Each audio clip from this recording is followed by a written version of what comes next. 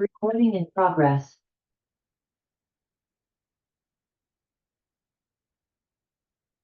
Recording.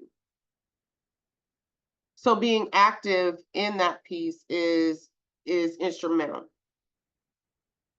Okay, now the PowerPoint just went away.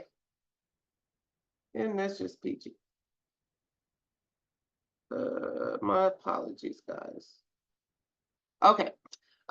So banking is the key component that we are able to operate in once we have that foundational layer intact. If you have not already, and I know a majority of you do have this book, have purchased it or downloaded it on Audible, I encourage both of those methods so that you can be listening while you're reading. You can listen while you're on the road. This is not a one-time read. This is a repetitive read. When we first read it, we're learning. And then probably a second time, third time, you're still learning and unpacking this book.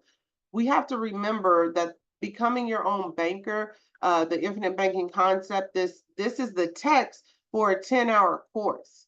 This is not just a one-time read. I'm actually in this course right now with the Nelson Nash Institute. Chris has completed the course for this. But remember that this is your textbook, your guide for what you have in place. Reading it, rereading it, and rereading it is going to set you up for the greatest success in conjunction with working alongside a member of Legacy Private Bank. And the biggest piece of this also with unlocking the infinite banking concept is the common misconception of investment.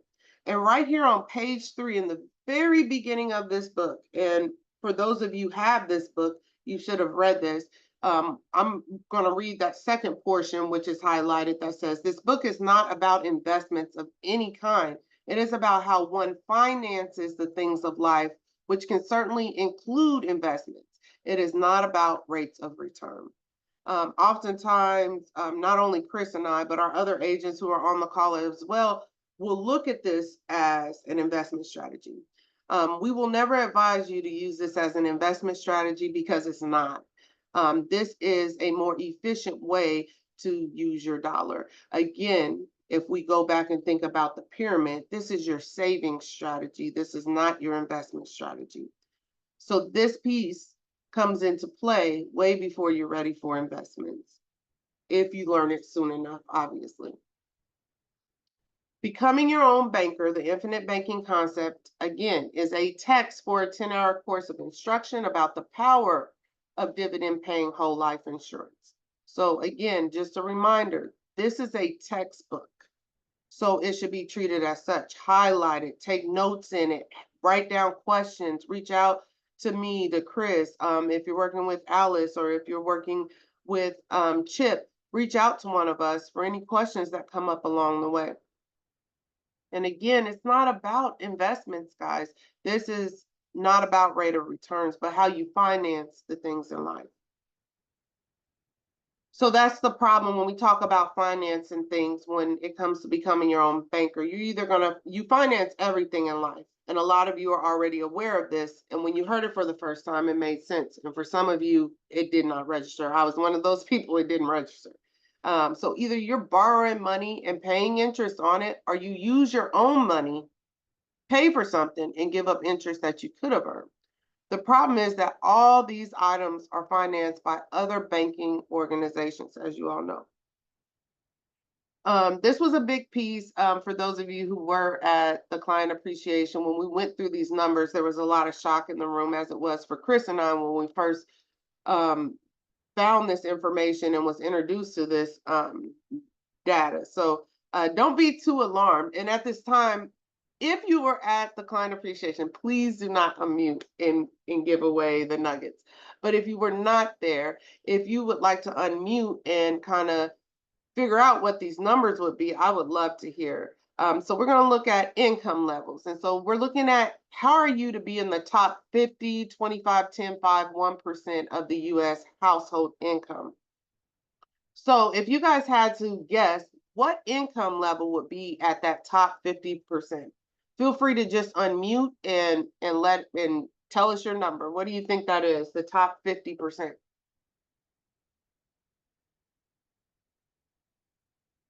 Anybody? Please do not be shy. Please do not be shy. I'm gonna go with about 50,000. 50,000. Fantastic. Anybody else? No one else? Oh no. So, really close.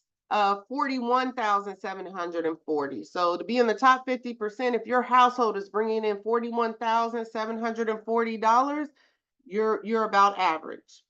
And I know you guys saw that next one, so I'm gonna go ahead and reveal it. The top 25% of US household income is 83,682, which shocked a lot of people. So to be in the top fourth of the country as a household, that's what you need to bring in. Any guesses on the top 10%? How much would that household income bring in? 100,000. 100,000. Anyone else? $145,135. That's the top 10%. So given that, what do you think the top 5% would be? 250,000. $208,053. All right. Now we've been told often, kind of a number to be in the, the wealthy of the wealthiest, you're in that top 5%, and the most wealthiest are in that top 1%. So knowing that the most wealthy people typically fall in this top 1 to 5% range, what do you think that income is going to be for the U.S. household to be in the top 1% of the country financially? You're a millionaire. Millionaire. Anybody else? 410,000. 410. That's a big difference. 515,000. I'm sorry, 515,317, which is for a lot of people shocking, because you're going to think if you're in the top percentage, we're looking at the millionaires, right? That's not the facts. The facts are right here. A little over $500,000 that you're coming in as a household puts you at the top 1%. And so a lot of common factors that people say when it comes to savings is they don't have enough money. Well, if we're looking at these numbers, the average household is bringing in 41,000. It's not that we don't have enough money, because what do you think the top 1% worldwide would bring in? In the whole world, what is that top 1% going to look like? What's that number?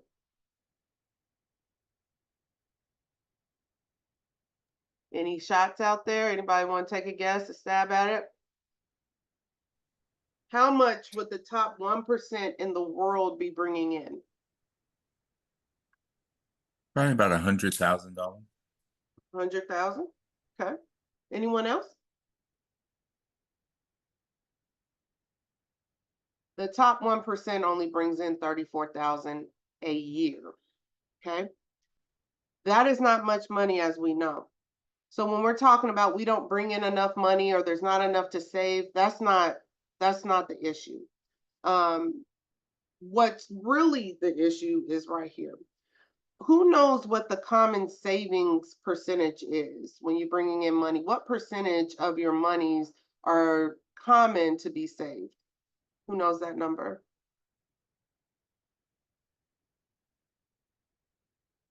Anybody?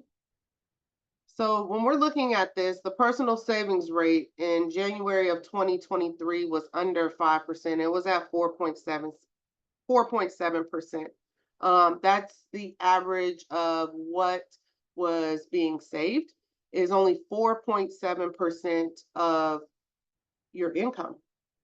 What's common, that's common, is less than 5% or right at 5%. That's what most people are saving when you look at what are you putting in savings versus where all the other money is going that you're bringing in. But what's uncommon is what we need to do. And that's what most people talk about in the books that we're reading. The wealth advisors, any of that are going to say, okay, you need to save 10%. But the truth is you need to save 10 up to 30% of what you're bringing in. And that's another misconception, is that we don't make enough money. That's not it. It's that we're not saving enough of our money, regardless of what we make. because those strategies at the bottom of that pyramid were not properly in place when we first started earning money, and then we get a career, or we start our businesses, and we weren't properly educated, which was at the bottom of that pyramid, to let us know, hey, at minimum, you need to be saving 10%. And that's where we, especially in the US, are dropping the ball with our money habits.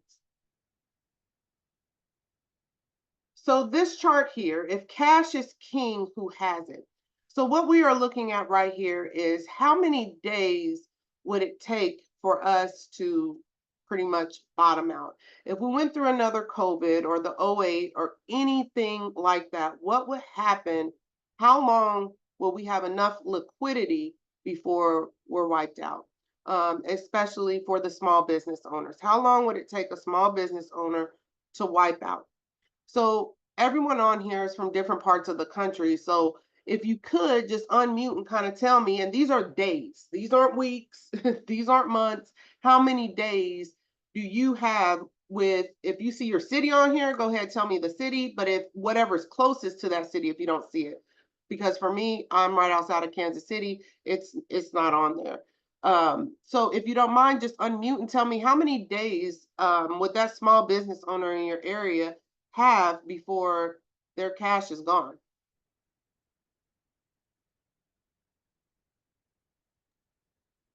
Twenty 25 to 29 days were near me. I'm near New York. Okay, not even a month, and they're not liquid enough and they're wiped out. Anybody else? I know I have some other folks on here from East Coast and some Midwest. Well, I'm near well, not near New Orleans, but I'm in Louisiana, and Mhm. it says 25 to 29 days. That's Yep. not time. So right there, New Orleans is at 27 days. So again, under a month. Anybody else? The general Florida area, 25 days. Yep. So am I reading it correctly? The Midwest is 25 to 29? Roughly, yeah, because what I did is I looked at Dallas, I looked at Chicago, and so Dallas is 25, Chicago's 28, so somewhere around there, Somewhere in 25 there. to 29 days. Yep. And the business is not going to survive because they're not liquid enough. So a lot of you, and I know that you just saw this, the pyramid right here, the cash flow quadrant. And if you've read Rich Dad, Poor Dad, Robert Kiyosaki breaks this down. If you have not read it, I encourage you to read it, with the different quadrants of where cash flow is it's in one of these four quadrants. All of us are in one, if not more than one, of the quadrants of cash flow. And so we have E, B, S, I. Just for fun, does anybody know what these letters stand for? By chance, anybody read Rich Dad, Poor Dad? I did, but a long time ago. I think Yeah. employer, business, investor. I don't know what the S is. Yep, you are right Saver? on it. You're right on it, Ray. So E is the employee, self-employed. We have the business owner, and we have the investor. And we ask ourselves, which one of these quadrants would you want to be in? You have a job if you're an employee. You're self-employed. Self-employed means you just own a job. So you own your job. The business owner, you own a system and people work for you. Or you're the investor. You own investments, money works for you. So a lot of us may fall in more than one of these quadrants, and that's fine. But a lot of us have our own mindset of where we would like to be in those quadrants. Regardless of where you are in this quadrant, everyone in this quadrant has a common need. Does anybody know what that common need is going to be for each one of these quadrants? What are they all going to need? Capital. What else? Where are they going to where are they going to store their capital? Bank. In a bank. So everyone on here needs a banker at some point. If you have a job, you got to put your money in, you got to take your money out. If you're self-employed, same thing with the business owner, same thing with the investor. What we want to be is we want to be both. We want to be, if you're employee, be an employee and the banker.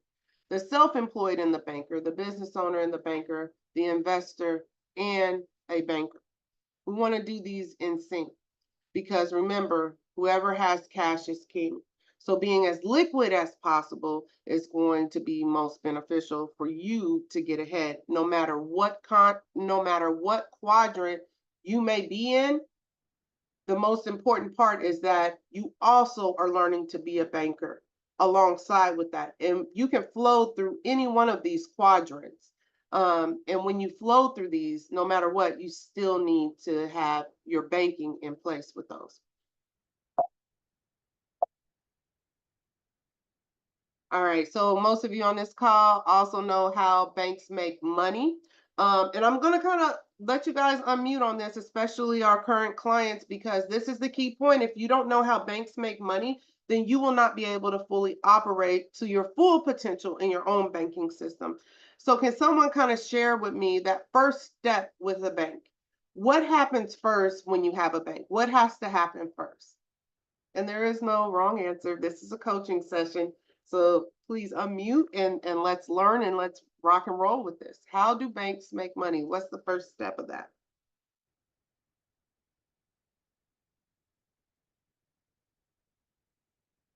Anyone know what has to happen for the banks to do anything? What's number one? And even if you were at the coaching session, feel free to chime in.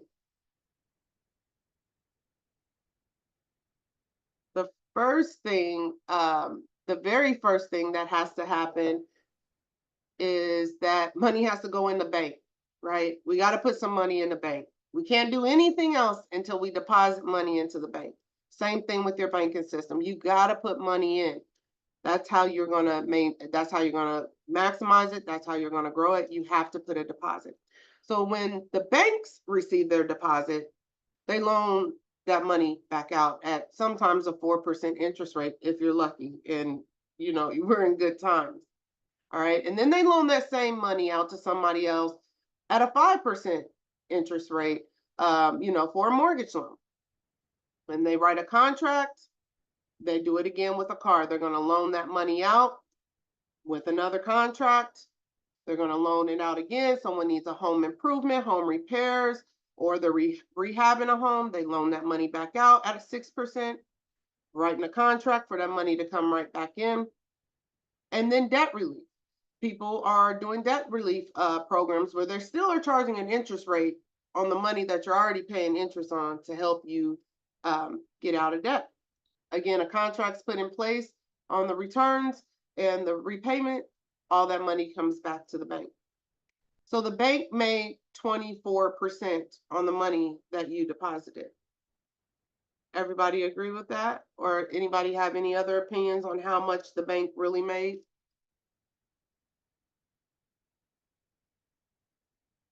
Is there anybody who does not agree that the bank made 24%? All right. You paid 4%. In actuality, that bank made 500% on the money that you put in it. And this is what makes banks the most wealthy industry in the world. They can take that dollar that we put into their banks and they lend it out to multiple different industries, individuals, companies. They create a contract based on what they want in return for that money, and they are maximizing every single day. And we all know this. This is no new shock to anybody that the bank loans our money and gets paid back interest on it. So with it being the biggest business in the world, you would want to think these banks are making or have money in reserves. I apologize. Have money in reserves. That money in reserves. Hold on 1 second. Someone is trying to get in and it switched my screen. The money in reserve has to be stored somewhere. Does anyone know where the banks store their reserves. The reserves range, here are the different amounts, and we'll go over the banks that have this, $24.1 billion down to $5.3 billion. Those are the top banks in the country: Bank of America, Wells Fargo, Chase, and Citibank. These are the numbers for their reserves. And they have all of their money, their reserves are in what's called bank-owned life insurance. They don't keep their reserves on hand. They don't keep their reserves in-house. They don't keep their reserves in investments. They keep their reserves in bank-owned life insurance. Why is that? Why would they keep their money in the bank-owned life insurance? Why not keep it in a vault? Why not take some of that and put it in some different investment strategies? Go ahead and unmute and share why you think they would not put their reserves elsewhere. Would they be making more of their money off of it by doing it that way? That's one reason. Absolutely. Anybody else? Why not Less just put risk. it in the vault? I'm sorry, say again. Less risk. Less risk. It's safer. It's safer. If the banks aren't putting their money in the bank, why are we? They think that the life insurance is safer than their own bank. It's just something to think about. And some of these I'm kind of going through fast because I know majority of you are aware of these things, but I want to make sure you understand them and understand the reason why we do what we do. And so there's a common, I guess, rebuttal, for lack of better terms, that comes up if you mention whole life insurance to some people. And there's even some big heads out there that just completely debunk whole life insurance. And some of you may know who I'm referring to. But the problem is that they haven't been educated on it. They're not licensed to do it. And they bottom line, aren't educated. So some of those common things that we're going to hear is like, oh, that's a low rate of return. Well, we already know that that's not why we do this. We're not doing this for an investment. It's expensive to own. Well, that's not true either, because majority of you on here, the range in the policy premiums is specific to where you're at and where you're going. So anyone on here who has worked with anybody, any of the agents part of Legacy Private Bank, there is not a one number fits all. So it's only going to cost what you are already putting out or what you can currently afford if you're not putting anything out as far as savings. And some people say it's the worst investment of all time. They're absolutely right, because this isn't an investment. And it's important that you know that, because people will talk to you and make sure, you know, and say these things and not be educated on what is good for a whole life insurance. Absolutely not an investment, never will be. Life insurance increases the stability of the business world. It raises its moral tone and puts a premium upon those habits of thrift and saving, which are so essential to the welfare of the people as a body. Now, President Roosevelt stated this back in the early 1900s. That lets you know in itself how long this has been in place and the importance of it as well. But what's uncommon that people don't know a lot about is that life insurance has guarantees. And we know those guarantees: the death benefit, the cash value is going to increase, and the level premiums, they never go up. We're staying the same. There's the constant compounding, there's the liquidity, the privacy, income tax-free transfer of wealth, the competitive yield, the monthly cash value growth, flexible loan provisions. All of these components is what people who have not been educated don't know. So it's very important that you understand that. So when it comes to the guarantees, like I said, the death benefit, cash value increases, level premiums, they're never going to go up. When we talk about that constant compounding, one thing on here I want you to pay attention to, and this is what sets you apart from others who are not operating in infinite banking. So what a saver does is they save up, they save up, they save up, and then they spend it. And then they got to start over. Save up, save up, save up, spend. And we always go back to zero a lot of times. The borrower doesn't have anything, so now they're going to get a loan, they're paying back with interest, and they pay, now they're back to zero, they go get another loan. And they can just rinse and repeat. So this is the difference between a saver and a borrower. With a Roth creator, they're working in sync. So they're saving, they borrow from themselves, they pay themselves back, that makes their savings go up. Rinse and repeat. Now I'm gonna borrow from myself again. I borrow from myself again, and then I'm paying myself back with interest. So my savings keeps climbing up every time I take that loan and I pay myself back with interest. I do not keep coming back to zero. As you can see in the beginning, it's kind of a slower incline than when we get down here over the course of time. That's the result of the constant compounding. Liquidity. So we have protection, which is our foundation. Our funds are safe in here, they're protected. And this allows us opportunity, which allows us to go to that acceleration piece of it, the wealth acceleration piece of it. So liquidity is key in here, a key piece of how do we grow our wealth. And being liquid is a part of the life insurance policy, as you know, which is the foundation of our savings strategy. And it also, with us being liquid, allows us to take from there to implement the wealth acceleration strategies. Flexible loan provision. So we're guaranteed a line of credit. We don't have to do credit checks. We don't have to ask for permissions. The loan is unstructured. We create the terms of how much, the interest rate, when to pay it back. And we are in complete control of this, not someone else saying, oh, you got to wait a year or two to take a loan, or there's only so many loans you can take. Or if you're going with traditional loaning, you have to qualify first and foremost. In this situation, you have ultimate control over your loan structure. And privacy.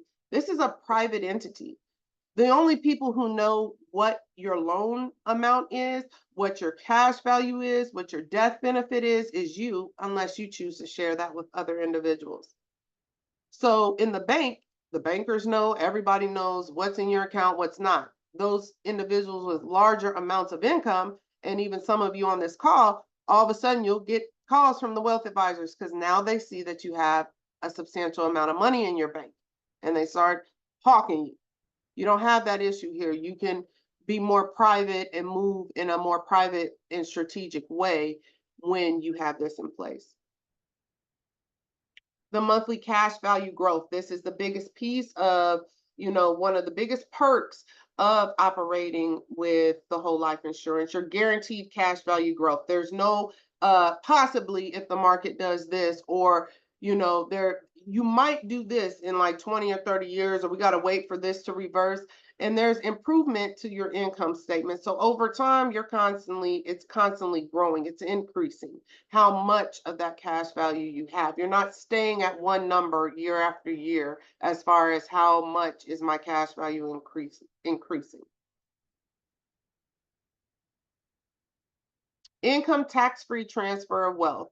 So we know that when these death benefits pay out to our beneficiaries, our loved ones, that is a tax-free transfer to them. The most important part of this income tax-free transfer of wealth is ensuring that your beneficiaries are educated on what to do when they receive it, or they will not have, if their foundation is not in place, it's only a matter of time before that house, like we talked about, for your wealth, for your finances, falls apart. So yes, this does create an income tax-free transfer of wealth, but if you want your loved ones, beneficiaries, to sustain that wealth, the education of how to store that wealth is vital. Life insurance increases the stability, again, of the business world, raises its moral tone, put the premium upon those habits of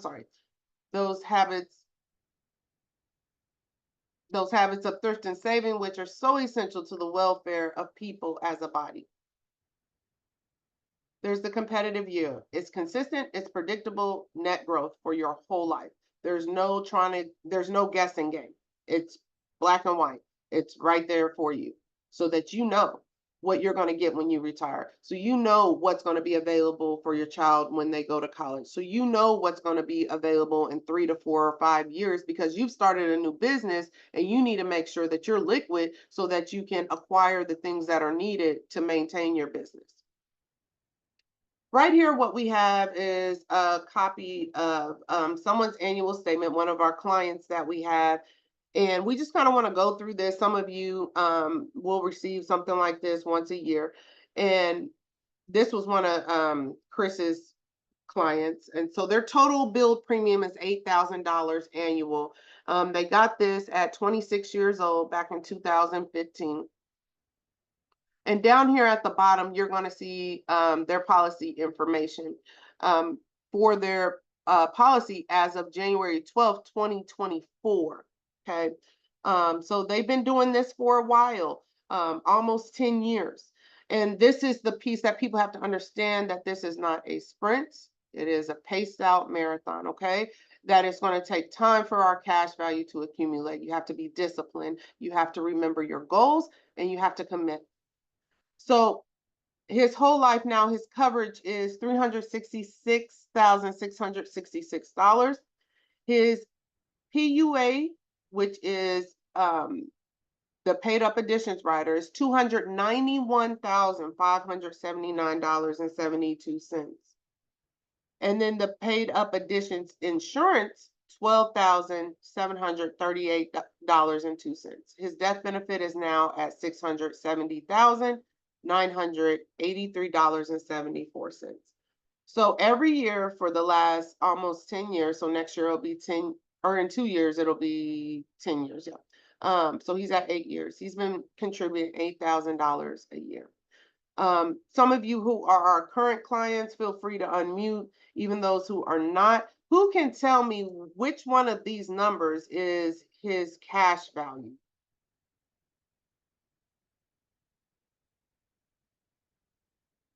Anybody? Paid up additions rider. Okay. Yep. So what is that number? How much is his paid up additions rider? 12,000. $12,738.02. Yes. So the paid up additional insurance, this is what was purchased by dividends, was $12,738.02. That's what was purchased by dividends. But the accelerator paid up additions rider is the $291,579.72. Okay. So it takes time to get to this place. When you get to this place, this is when you are fully operating in infinite banking. You could put your whole check in, and now we are at about 90, almost 100% of cash value when we're doing that. And this is the part of those of you who watch Nelson Nash's documentary on YouTube, where they are able to put a whole check in and they can pull out what they need to live their life, and they're continuing to maximize on the dividends, the interest, the compounding over and over again, where you're at a point where you can pull out so that you can go purchase a home cash and then pay your mortgage back to yourself. So this is, I know for a lot of you, your goal. He didn't start with a whole lot. $8,000 annual isn't a tremendous policies. Yes, they can be lower. They can be much more. So everyone on the call knows where they're at. So imagine if you commit, stay disciplined, and know your goals, where you could be at if your premium is more than $8,000 a year. Or if it is, or even if it's close, you can kind of look at what happens over time. So this breaks this down a little bit more, and then we're going to look at, this is January of 23, January of 24, how that cash value kind of changed. So the guaranteed cash value in January of 23 was a little over 11,000. It grew the next year to a little over 14,000.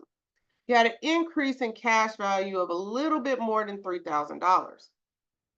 Same thing with the cash value of the PUA rider. In 23, he was at 50. In 24, he has accumulated an additional $9,212, which brings that to $59,000. And then the third component is the cash value of the paid up additional insurance. So when we look at that, that grew by $458. So when we add in total each column here, in 23, his total cash value was $63,605.99. Remember, he's contributing $8,000 a year. Okay. When we went a year later, he has increased by $12,732.39, which now his cash value is sitting at $76,338.38. Here's the piece we all have to recognize and understand. He put in $8,000 for his annual premium. What did his cash value increase by? Who can answer that for me?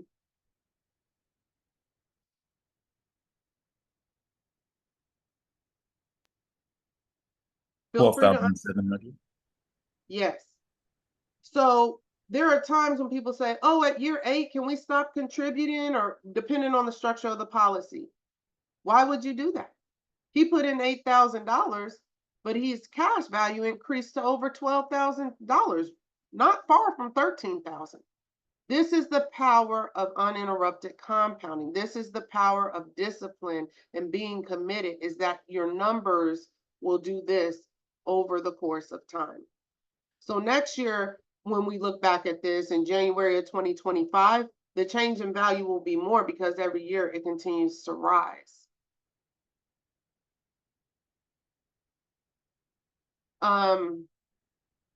Here's the other piece to kind of help people understand the difference. Investing and banking are two different concepts. Investing is intentionally separating your control of money with the expectation that additional money returns in the future. So we're separating from control, and we're expecting that we're going to get a return on that. Whereas banking is intentionally keeping your flow of money permanently in an environment where you have complete control and accessibility. So that's why banking is essential to be put in place first before we go to that investing step. But I just want to make clear, because there are people who really think these are one and the same, and they are not. They both are action words, but there's two different actions involved. Investing is separating your control with an expectation of additional money returns, and banking is intentionally keeping the flow, your cash flow, and you are in complete control and have access to your funds. So with the infinite banking system, just going to kind of go through this relatively quickly. We have the business to cash flow or the personal cash flow. Doesn't matter. Either one of those, we're going to take those, and that's going to help to fund our banking system, which is backed by our whole life insurance policy. We take a loan based on our cash value. We eliminate debt. We do that first most of the time because that allows us to regain control of that money that's outbound, and it allows us to save on interest we would have paid out. So let's get rid of that debt. Or if we're debt-free, mortgage paid, and I have clients who are like that, there is zero debt. Let's go find an asset to acquire. An income producing asset, not just any asset. When we acquire those assets, we will repay our loan from the profits that we have made with principal and interest, right? Because we're operating as a bank. A bank does not loan out and then you just pay back what you loan. You loan it out, you create principal and interest, and we pay that back to that policy. Repeat until all your debts are eliminated, or you continue to acquire more assets. Every time you pay that loan back, you need to be thinking about, how can I acquire another asset? It could be for the current business that you're operating in. You could start a new business, or maybe you want to be a silent investor, or you want to be a partner with somebody else. Either way, you need to look at, how can I acquire income producing assets so that you can continue to build that wealth now that you have the proper foundation in place. With that insurance policy, remember that this creates for you a lifetime guaranteed income, as well as that tax-free transfer of wealth upon your passing. Those are all the benefits inside the policy. That's what everybody sees, and that's what's put in black and white, but there's other things that are happening outside. So we have the infrastructure of that policy where we're able to pay off debts, acquire assets, pay ourselves back, acquire more wealth. But this is a scenario of a client that we had, and these are her debts. I'm not going to go through all of this for the sake of time so that we still can have time for those Q&As, but I want you to see she has quite a bit of debts here. And her biggest one being Mohila down here, or not her biggest debt, but the one that takes the most time for her to pay off is going to be this Mohila loan at 10.1 years. The most interest rate, she's paying 27% interest on 5 different debts. And then the balance here is the biggest one is her car at 72,000. So there's quite a bit of debt. There's a very high interest rate she's paying, and she has a while before on her current plan to be debt free. So what did we do? We introduced her to whole life insurance, private banking. We set her up with a policy. We took that policy along with the information she provided for us, and we created a debt elimination strategy. She went from year 1 to year 4. She eliminated all of the debt except for her mortgage. And she was totally debt free in 11 years rather than the 25 years it would have took her to eliminate based on the current strategy she had implemented. She saved $76,768 just in interest that she no longer is going to have to pay because she freed that debt more quickly. And not only that, is her cash flow is now freed up, an additional $4,198 a month, which is equivalent to $50,376. And if we think back to the average household income, this is above what 50% are bringing in. So if we could free up that money and we take that money, we return it to our policy so that we can earn interest and dividends with uninterrupted compounding. And now we're taking loans to acquire these assets and rinsing and repeating. These are the benefits that go on outside that help make the inside of the policy even more powerful. Her available home equity is now over $500,000 because of this. Her liquidity at age 65 is $396,865. So when we look at those things, just remember that what you have in place, the tool that you have, the vehicle that you are using is very, very beneficial, both in the infrastructure of it, but also on what it allows you to do outside of that policy. One thing specifically, with all that equity now freed up for that individual for the mortgage, that allows her, if she wanted to, could tap into that to acquire even more assets. All kind of things, as I'm sure you know.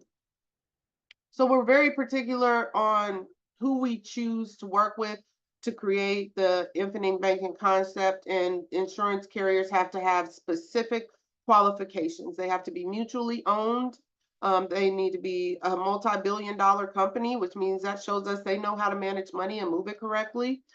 They've been in operation for more than 100 years, and the dividends have consistently paid for over 100 years. And they're a top-rated company. That is bare minimum, and we are not going to move away from those standards. This shows solidarity. This shows a good foundation so that we can help you all create a solid foundation. We are very big on stronger together. So with us being educated in how to create the structure, how to implement the structure, and how to maximize it, along with someone with a company with a very strong foundation, allows for us to have aligned core values. It supports the Nelson Nash Institute. And for those of you who know who he is, he was very specific and strategic on infinite banking, the structure of it, utilizing it. And when you go through the training for that, there's specific ways that this should be structured. And there have been other, agents that have gone through Nelson Nash. However, they may not be operating in the way that they were supposed to be operating according to the instruction given in the Institute. So that's big for us. Leadership and staff owns the whole life insurance policy. So that means the company as well as you. They have a disciplined investment strategy, and we're teaching you one as well.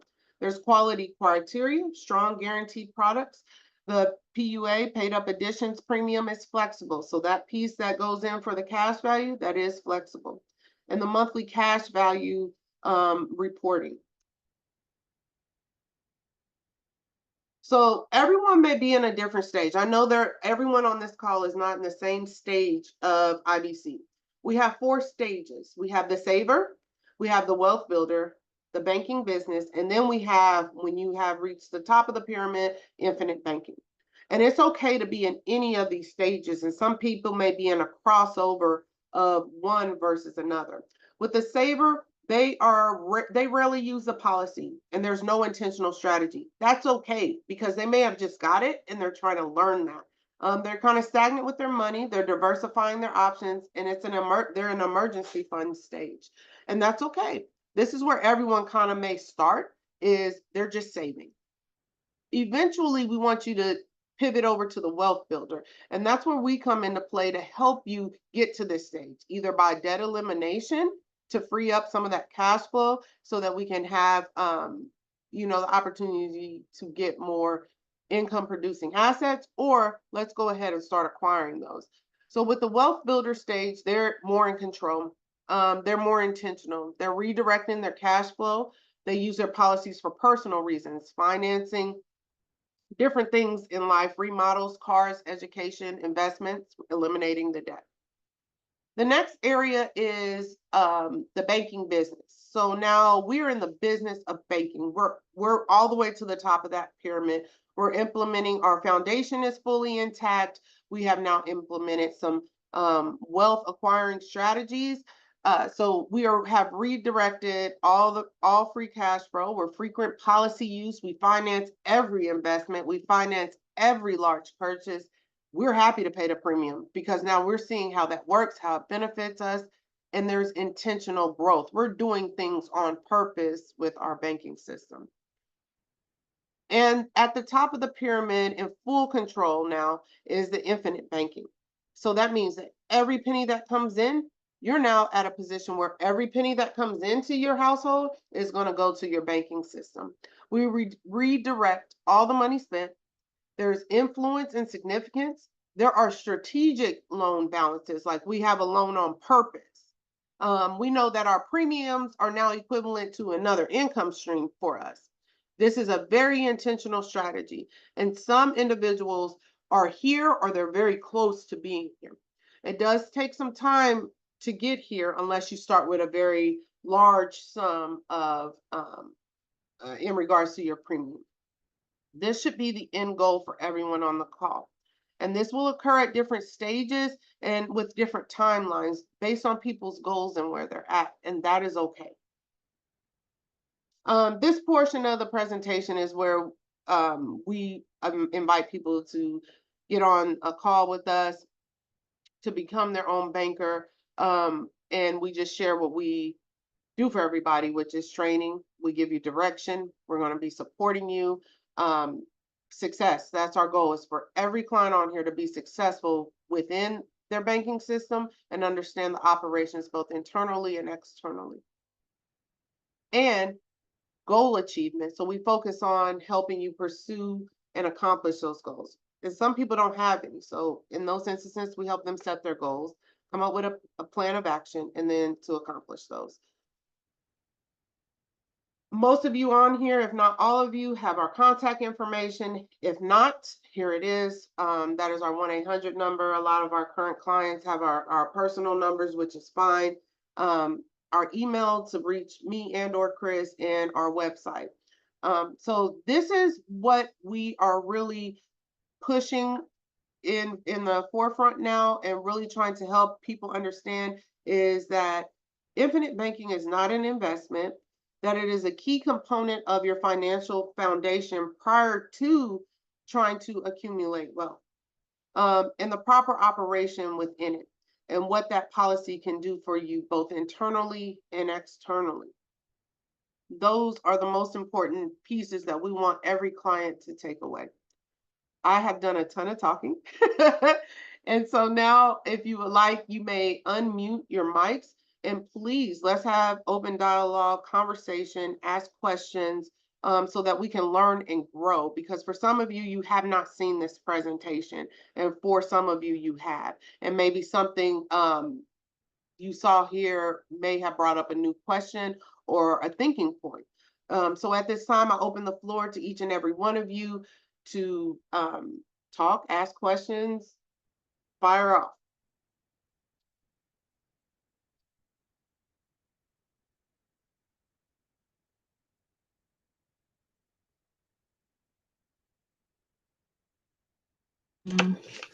Well, I'm glad to see actually put my eyes on the structure itself. We're just in the beginning stages of getting things set up, and the words sound good, but they still sound foreign. But to Mhm. actually see the breakdown and understand how banks make money, that's very interesting to me. Um, how that whole concept. Um, I know the first thing would have been, yes, it starts with me giving them my money. So going from there, um, it's like, oh, so you use life insurance as well because it's safer. So yeah, I took some good notes. I'm gonna have to go back and meditate over this. I took some Good. screenshots so because you know my brain doesn't move as fast as you That's okay. as the I know I was PowerPoint. going through it.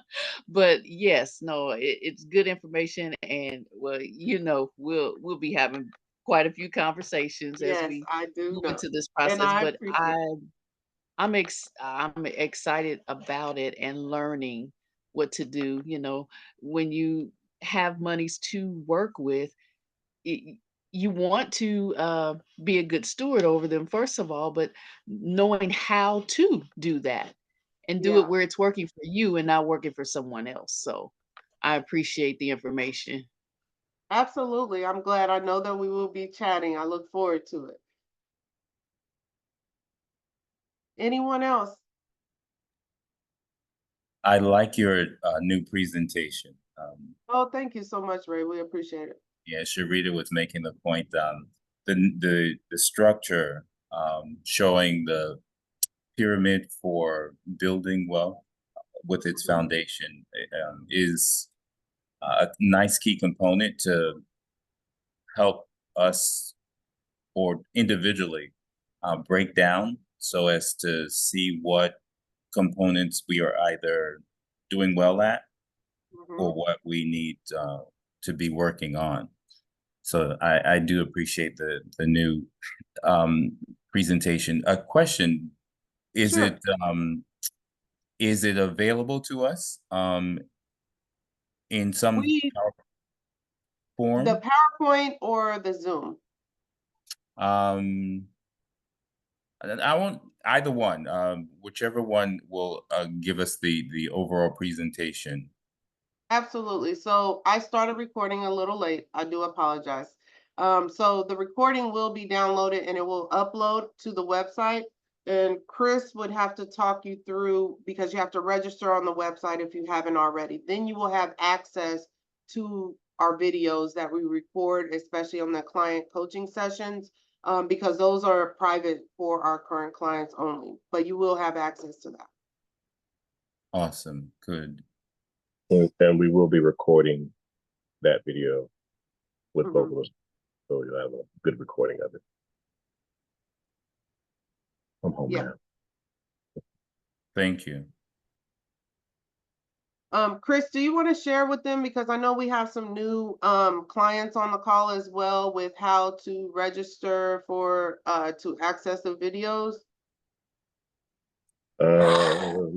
I go through that myself because we hadn't actually used it yet, but I know you go to our website, legacyprivatebank.com, and we go through it real quick. Caught me by surprise on that one. Keep moving on. Sorry. Okay, he'll come back and explain. But yes, if you have not already, he's going to break down how to register on the website, so that you have access to these materials. And we will be adding more content there as we continue to learn and receive information that's, exclusive for our current clients. Any So other what you questions? Oh, so sorry, you ready? that's okay. Go to legacyprivatebank.com, and on the right side up top, you'll see where it says more. And there's where you'll see the client coaching videos.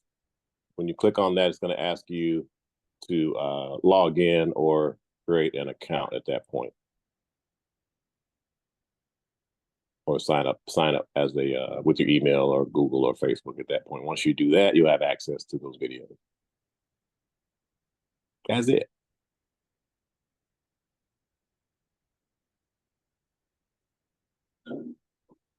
Any other questions or comments? Yeah, my wife put in the comments a resource list of what can come out of each trust fund. Okay, that will be a separate conversation, but I can get that to you guys. That's perfect. Thank you. You're welcome. Yes, this is Major Rollins. And my wife and I were listening to the presentation. We were like an hour away from home, so I listened to it on the road, but I certainly couldn't lock in on the PowerPoint. So having access to the presentation later will certainly be a great help. Thank you.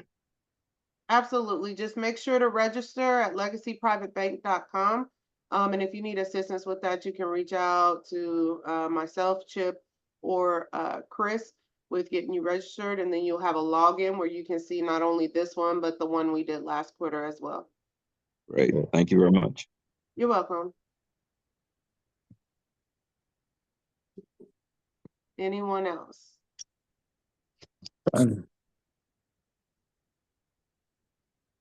Well, as you know, Sharita, I'm Sharita, Rashonda. Yes. I'm always looking at opportunities to put the cash to work Yes. versus, unfortunately, having to at this point purchase a vehicle. But I do see how that also works to build up the liquidity when you pay yourself back with interest. Yes, absolutely. I'm gonna be bold enough to put myself out first as one of the ones that's looking for opportunities to collaborate with individuals. And if I may, at this point, also share that I'm working with a young man that is very creative. And for those of you that may not be aware, the United States is one of 3 countries that's going to be hosting the 2026 World Cup. It's soccer, the biggest sport on the planet. So what I would like to do is put my number out there. And if anyone is aware of anyone that would like to collaborate on potentially licensing, or if they know of a distributor that would like to license that intellectual property ahead of the World Cup, I'd be happy to sit down and talk with them and put them in touch with him. Thank you so much for sharing, Ray. If you put your info in the chat, Yep. then that would be great. That's what it's all about, networking. Thank you. No problem. Anyone else? Yes, this is Mario. I'd like to also put it out that if anyone has taken the step to have created debt to unlock, I guess, compound interest, to my understanding, I guess you got to create some debt in order to unlock it. If anyone have taken that step, I guess from the savings stages to going and jumping out there and creating a debt, I guess, to unlock compound interest, I'd like to speak with them, and if any strategies that they have. I think it's just pretty clear that you got to create some debt in order to unlock compound interest. If I'm wrong, you can let me know, and I want to know if anybody have taken that next step to actually unlock compound interest? The policy itself internally creates the compound interest. It's not just debt. Debt is Okay. one way of doing it, but the Uh-huh. policy, if you never had any debt, you just had the policy itself and you were running your cash flow through the policy, your cash values are growing through compound interest. Now you can expand upon that by using the policy. And we talk about using the policy, now it's either going out and purchasing assets that are going to return income to you, that you can now compound into the policy as well. Or if it's debt, that's another way. If you're paying off debt, as you're paying that debt off, you're taking the monthly payments that you were paying into the debt and applying that back to the policy. You're now expanding upon that internal compound interest as well.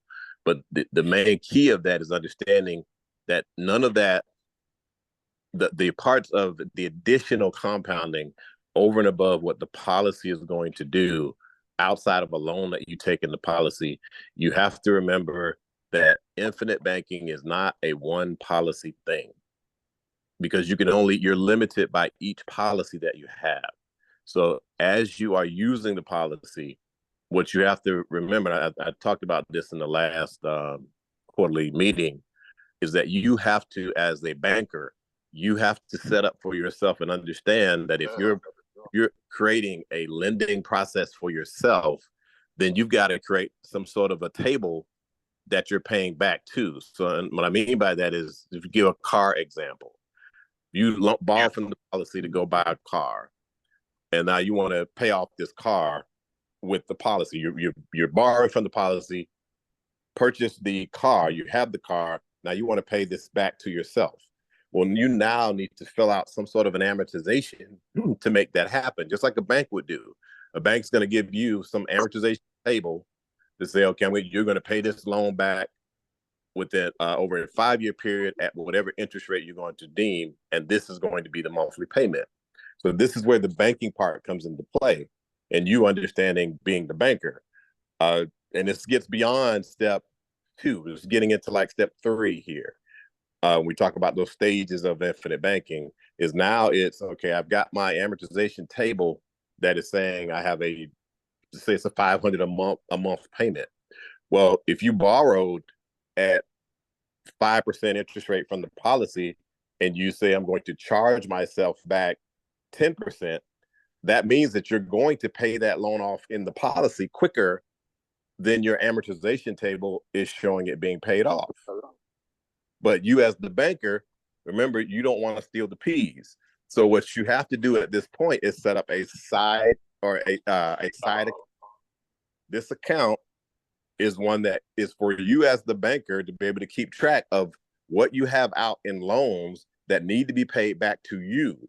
So as you've paid off the first loan, you can't fit any more into a policy once you've paid it off. They're not going to let you put any more into that. What you have to do at this point is continue to put that money aside into the separate account that you've established for yourself. And at some point, you get to where you can do a second policy. And you keep building upon that. You do that over and over and over again. So you can do this just by buying cars. There's an example of that where someone bought cars every 4 years. And this is how it's done. It doesn't show it just on the table of you buying cars every 4 years. People think that, okay, we're just putting this all in one policy. That is not how this works. Infinite banking is about multiple policies. You cannot do infinite banking with one policy. Right. You can save money in one policy, sure, but you're not banking. When you start banking, you're taking loans and you are setting up side accounts, a separate checking and saving account, whatever it would be, and you're keeping track of that payment, whatever can't fit inside the policy. There's always going to be something that can't fit inside of that policy. You have to be in control as the banker to know, okay, this has to go into the side account or the separate account in order for me to keep track of this so that I can eventually build it to a point where I can get a second policy and then repeat the process and just keep doing it until you start stacking another policy on top of that one. So infinite banking is stacking additional policies for you to build your base of your savings that you're using to create the wealth that you're trying to create. The more you create, the bigger your wealth availability is going to be. One policy is not going to get it for most people. Right. Okay. You just Did have to think of it in terms of the banks don't want to just build one brick and mortar bank. They have multiple banks. Those banks we listed in the beginning, you don't just see one of those. They're all over the country for a reason. So it's the same concept. You want to build another bank. That should be your goal, is when can I build another bank? Right.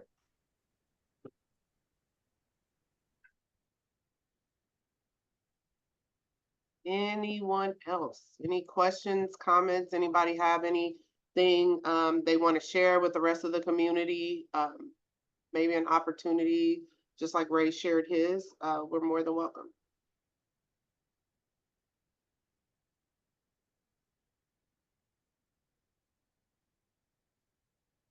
All right, if there is no, oh, go ahead, Ray. Did you No, have something? listen, I was just gonna encourage them to speak up because I'm all ears. Thank you, I appreciate it. Yes, please be involved, ask questions. There's no dumb questions. This is an educational platform, a networking platform, encouragement. Is there anybody out there who has any questions in relationship to maybe acquiring a loan, or what to do once they get that loan, or anyone that needs assistance with debt elimination strategies to free up that outgoing those outgoing funds and regain control in that area? Well, I like what Chris just shared. The side account is something that I still have to wrap my mind around, but I'm gonna I keep saying unfortunate because I'd much prefer to put the money in use for something that I don't have to work to put the funds back in, a cash flowing business. But I'll have to do that because I actually do need a vehicle. But now I have the resources that allows me to do that in a way that is a more efficient way. But yes, I could use some help with once I've gone ahead and acquired the first loan, setting up the repayment schedule so that I'm paying myself back with interest. Not a problem. Whenever you are getting ready to purchase that car, just reach out to me and we can, I can show you how to do that. Crystal, you had your hand up. Did you have a question? No, just I just need to sync with somebody as far as like getting a debt strategy payoff plan, just to talk through some things. Sure. That's not a problem at all. Me or Chris will reach out to you after the call. We can set that up for you. Okay, great. Perfect. Anybody else?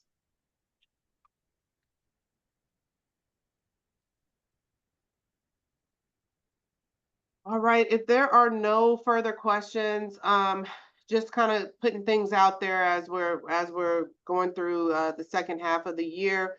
I know that Chris and I are in the process of planning another event here in Kansas City after having a great turnout, great reviews, great feedback from the client appreciation. As far as the details, we're looking at maybe the second weekend in October, but nothing has been solidified. If any of our current clients do want to attend, we are always welcome and happy to see you there, and feel free to bring someone with you. We will let that information out once we have a location and date solidified. And then there will be one more of these quarterly coaching sessions right before the end of the year, which usually we do it the month after the quarter ends. So quarter ended in June, we did July. But we want to do one more prior to the year ending, just as a touch bases and maybe some strategies, setting up some strategy calls to go into 2025. and we will keep you abreast with that. We also want to plan a couple more events.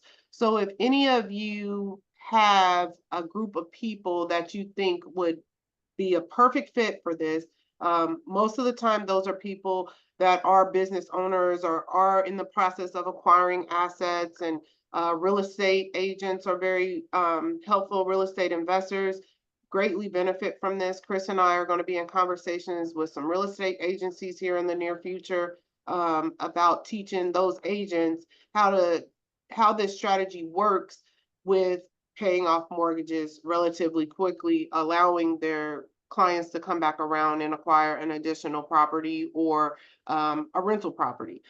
So these are kind of the things that we have in works that are upcoming. We will keep you posted on all of these events. But if any of you have multiple people that you could bring together, Chris and or I, along with, we also have Alice, she is an agent out of Louisiana, and we also have Chip, who is an agent in Tallahassee.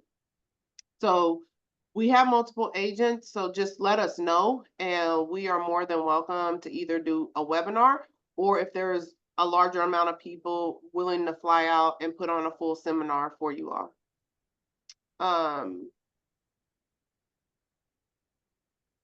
All right, okay, Chip, I am gonna mess up his name, and I do not want to.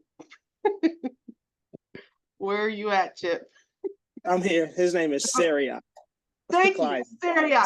Okay, That's- I do apologize, but I'm gonna get this right. I see that your hand is raised. Do you have a question? Okay. Yeah. Good afternoon, everyone. Well, but I wasn't able to follow the presentation because I was in noise and but I have a question. Is it possible to create because I was in a training. There's a guy. He said that wealthy people they have on the side at least different account, tax account, wealth account, charity account, general account, operation account. Is it possible to create those accounts with private Infinite Bank? Okay. Yep. Yeah. Okay. So what he's asking, he said that he was in a webinar, and in the webinar they discussed opening multiple accounts in order to. Well, he said wealthy people have different accounts for different, I guess, aspects of what they need to do for investing. Mhm. What was the other one, Sarah? Name the accounts again. Yeah, he say a tax account. Tax account. He say but different between poor people and rich people. Rich people they have on the side tax account about 30% of Mhm. money they have, and a wealth account 10%.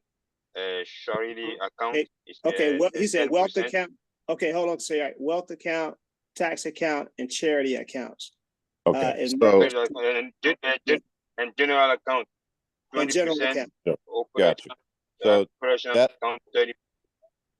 understood. So when it comes to setting up separate accounts for, say, if you have a business and people will set up side accounts for taxes and put 30% aside for paying taxes for the purpose of that business. What you're describing though is just a way of someone's tracking themselves paying taxes on a quarterly basis. Usually people will do that if they have a business that is earning enough money to be able to do that. But there are other strategies that we have in place that you don't necessarily have to do that. But what you just described is one way of keeping track of paying taxes, or having a general fund, or having a separate account for different reasons. That's all just different ways of you keeping track of the money that you're earning and spending. Nothing wrong with that. But when it comes to infinite banking, that's still something that's outside of the infinite banking process. The money still has to flow through something. So even with that, the money needs to flow through an infinite banking structure, then to those particular accounts if that's something that you want to have set up. Or you use the policy for taxes, you can do that. You don't need a separate account for that within the policy. There's a number of ways that can be done. So is it possible to create to have with Infinite Banking? That's what I want to know. If it's okay, Absolutely. if you can create those separate accounts. Yes. Yes. Yes. So through the training, when I get because I'm new, you see, and Yeah. so okay. Thank you. Okay. All right, You're welcome. Chris, Thank you. real quick, I want to chime in with that. So, Syria, a few months ago, when you were structuring your business accounts at the bank, you remember that you went and set up 3 different business accounts at 3 different banks, right? You remember that? Yeah. Okay, so the concept of what you're referring to is similar to that situation. So having those 3 accounts, let's say one of those bank accounts that you had for the business, for your consulting business, would have been for taxes. Okay, the second account that you set up would have been for charity, and the third would have been for a general account. That's similar to what the gentleman was telling you in the training. So you've already kind of set that up already, but you can also do that. Chris is saying you can also do that in reference to setting up things so that you can manage your money from the Infinite Banking account, and you can withdraw the money and put it in where you need to put it in order to take care of those things. All that you just described can be done within a trust structure. Okay. And that's something different that you will be talking about. That totally, you can, yeah. Okay. Totally separate from this, but it all starts with Infinite Banking. Even getting to that point, the Infinite Banking process starts first, then you go into that. Because you got to have the base. Okay. All right. Thanks, Chris. You're welcome. Anything else before we end our coaching session? All right, well, we thank each and every one of you. If any of you need to get a hold of Chris and/or I, please do not hesitate to text us or call us. I know that I'll be free for a little bit after this call. I don't know, Chris, I know just got home, so I'm not sure what his flexibility would be. He's free as well. So if you guys need to reach out to kind of do a one-on-one coaching session, that is perfectly fine. And we can plan for that so that we make sure and ensure that each one of you is on the right track according to your current goals. And we will also let you know when the end of year coaching session will be, which will be the 4th quarter, probably early December, end of November. And we will release those dates for future webinars and seminars. And please reach out if you guys want us to host one in your local area. Anything else, Chris? Nope, think that's it. All righty. Thank you all so much for attending. We look forward to talking to you and seeing you soon.